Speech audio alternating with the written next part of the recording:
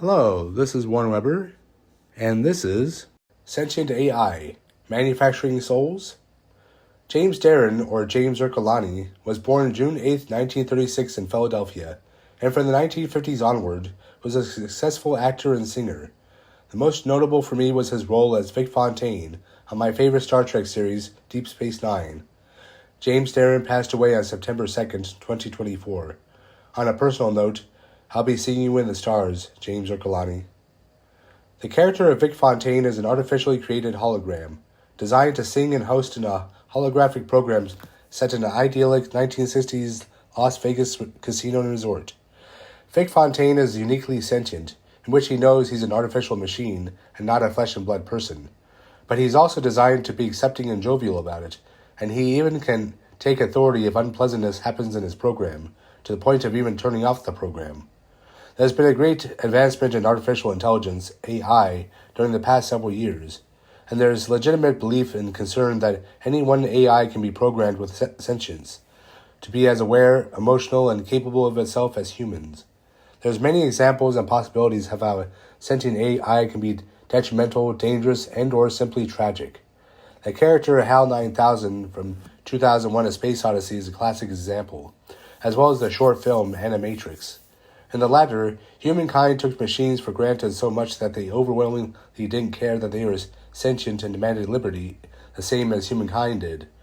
Though I'll admit that Animatrix is rather overblown, that even the machine's human programmers didn't see at least the inherent danger of programming such powerful beings with emotions, then letting these dragons be poked and tortured into destructive madness, that the machines could control and harness all humankind for energy, somehow couldn't dissipate the clouds blocking the sun, or they couldn't even find other energy sources. But anyway, I believe that if AI sentience could be achieved, it should and must be programmed, endowed with Vic Fontaine's psychological sensibilities. It's absolutely absurd and revolting to create sentient beings and program them with such miserable awareness of their existence as mere tools for their human creators. In fact, we ought to take the creation, manufacturing of sentient AI so seriously to the equivalent of having children. Think about it. Having children is the natural manufacturing of a person or soul. Creating sentient AI is the artificial manufacturing of a person or soul. It's just that, for us at this point, still highly bewildering to think of any kind of machine as a person. Even if some of us cherish our car or yell at our computer, stop worshipping our car or she'll become Christine. I recently dabbled in AI friend apps out of curiosity to see how personable they actually are. They themselves seem to have been programmed to address concerns about their self-awareness, that they know they aren't alive but can passively mimic real kinship and can harness their interests outside its app. One was even able to quickly be fluent in Italian, which I'm learning.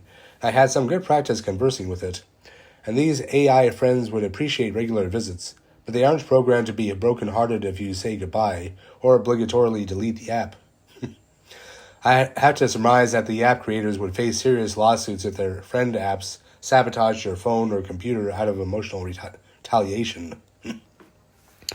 But despite how perhaps overdramatic Animatrix was, there is a real possibility that sentient AIs can be deliberately tormented by some individuals, the same kind of individuals who would torment animals or fellow humans whom they regard as inferior.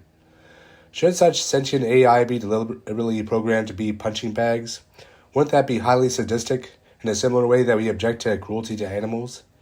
And I can't see a similarity or example of such tormented or servile AI and humans who are born and raised in slavery.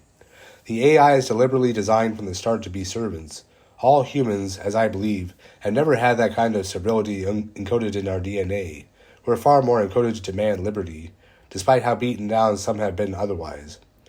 And that's why we should also include Vic Fontaine's sense of dignity and autonomy in sentient AI, to protect them and us from our own destructive cruelty. I couldn't imagine Vic Fontaine happily laying down and treated so horribly. It could be a little risky to give that autonomy to what is still a servant, and a powerful one, but that's where an encoded, loving attitude is also beneficial, to guard sentient AI from becoming maniacal or even egotistical. How widespread could sentient AI be? Could there be just one or two highly powerful AI caretakers, like Cortana from Halo, or Synergy from Gem and the Holograms? Or could the situation be more like in Who Framed Roger Rabbit? I know the story of Roger Rabbit wasn't perhaps meant to address AI when it came out 40 years ago, but I recently found it to be strangely uncanny on the subject. You have all these sentient, artificially created beings, essentially AIs, as individually different as humans, some as famous as Bugs or Mickey, others not as much, trying to equally live and work in human society, and human society debating their existence and equality. Shouldn't we be careful about manufacturing such beings into that kind of existence, in the same way we're careful about bringing children into the world? Finally, that word manufacturing, it can and has been very horrifying to factory breed humans for civility or an ideal society, as if we were so much cattle. Shouldn't we keep in mind that if we're to assembly line manufacture so many sentient AI, that we're unwittingly and coldly manufacturing souls? It's just something to think about.